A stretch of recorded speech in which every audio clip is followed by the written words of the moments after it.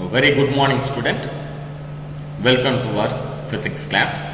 Today, let me discuss about the 2-mark question from the 7th lesson, properties of matter. The question is, define angle of contact for a given pair of solid and liquid. So, define angle of contact. The angle between the tangent drawn at the point of contact to the liquid surface and the solid surface inside the liquid is called angle of contact. For a pair of solid and liquid, it is denoted by theta. So, with this diagram, we can easily understand the concept of angle of contact. This is the tangential line. Here, this is the tangential line. Contact with the solid and liquid, which is make an angle theta. This is called angle of contact. Solid air interface, liquid air interface, solid liquid interface. So, the angle of contact in different medium. One is solid air interface, another one is liquid air interface, another third one is solid liquid interface. Once again repeat the definition, children. The angle between the tangents drawn at the point of contact to the liquid surface and the solid surface inside the liquid is called the angle of contact of pair of solid and liquid. It is denoted by theta. The next very important 2-mark question is, distinguish between cohesive and adhesive force. Cohesive and adhesive force. The force between the liquid molecules which holds the liquid together is called cohesive force. So, very simple thing, force between the like molecules. Force between the like molecules which holds the liquid together is called cohesive force. Then what is meant by adhesive force means, when the liquid is in contact with a solid, the molecules of these solid and liquid will experience an attractive force which is called adhesive force. Simply says adhesive force means attractive force between the solid and liquid. So, when the liquid is in contact with a solid, the molecules of these solid and liquid will experience an attractive force which is called adhesive force. The next 2-mark question is, what happens to the pressure inside the soap bubble when air is blown into it? So, the answer is, when air is blown into a soap bubble, what happened? The pressure inside the bubble is decreased. So, pressure P is equal to 4T divided by R. So, once again repeat, what happens to the pressure inside the soap bubble when air is blown into it? When air is blown into a soap bubble, the pressure inside a bubble is decreased.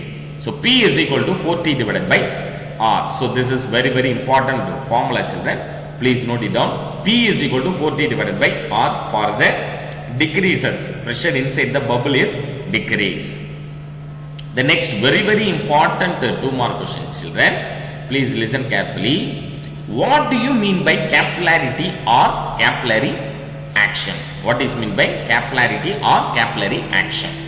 In a liquid whose angle of contact with the solid is less than 90 degree. This point is very important point, children.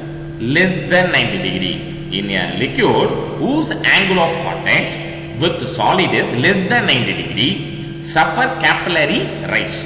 On the other hand, in liquid whose angle of contact is greater than 90 degree, suffer capillary fall. The rise or fall of a liquid in a narrow tube is called capillarity or capillary action. So, very, very simple logic. In a liquid whose angle of contact with the solid is less than 90 degree means capillarity. Suffer capillary rise. Capillary rise means liquid level increases in the narrow tube. On the other hand, in a liquid whose angle of contact is less than 90 degree, suffer capillary fall. That means the water level is decreases in narrow tube. The rise or fall of a liquid in a narrow tube is called capillarity or capillary action. The next question is, A drop of oil placed on the surface of water spread out. But a drop of water placed on oil contracts to a spherical shape. Why? When you drop the water on the oil surface means it will raise the spherical shape. It will show spherical shape. Why?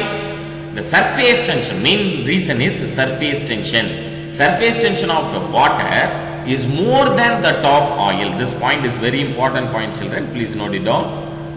The surface tension of the water is more than that of oil.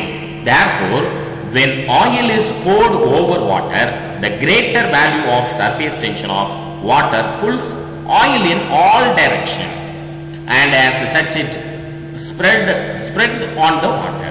On the other hand, when water is poured over oil, it does not spread over it because the surface tension of oil being less than that of water. So this point is very important. Less than that of water. It is not able to pull water over it. So this is the reason for drop of water placed on oil contracts to a spherical shape. The next question is, last 2 mark question in your textbook. State the principle and usage of venturimeter. This device used to measure. So this is very important. This device used to measure the rate of flow of the incompressible fluid flowing through a pipe. It works on the principle of Bernoullis Theorem. It works on the principle of Bernoullis Theorem. This device is used to measure the rate of flow. Measure the rate of, or say, flow speed. So, venturimeter is a device used to measure the rate of flow or say flow speed of the incompressible fluid flowing through a pipe. It works on the principle of Bernoullis Theorem. So, Bernoullis Theorem concept is, what is meant by Bernoullis Theorem? The statement of Bernoullis Theorem is nothing but, this is the statement of Bernoullis Theorem. It states that sum of the pressure energy, kinetic energy and potential energy per unit volume of an incompressible non-viscous fluid in a streamline irrotational flow remains constant along a streamline. So already we know that streamline flow, turbulent flow. Streamline flow means steady flow is called streamline flow. Turbulent flow means it will change the velocity of each and every point of the motion.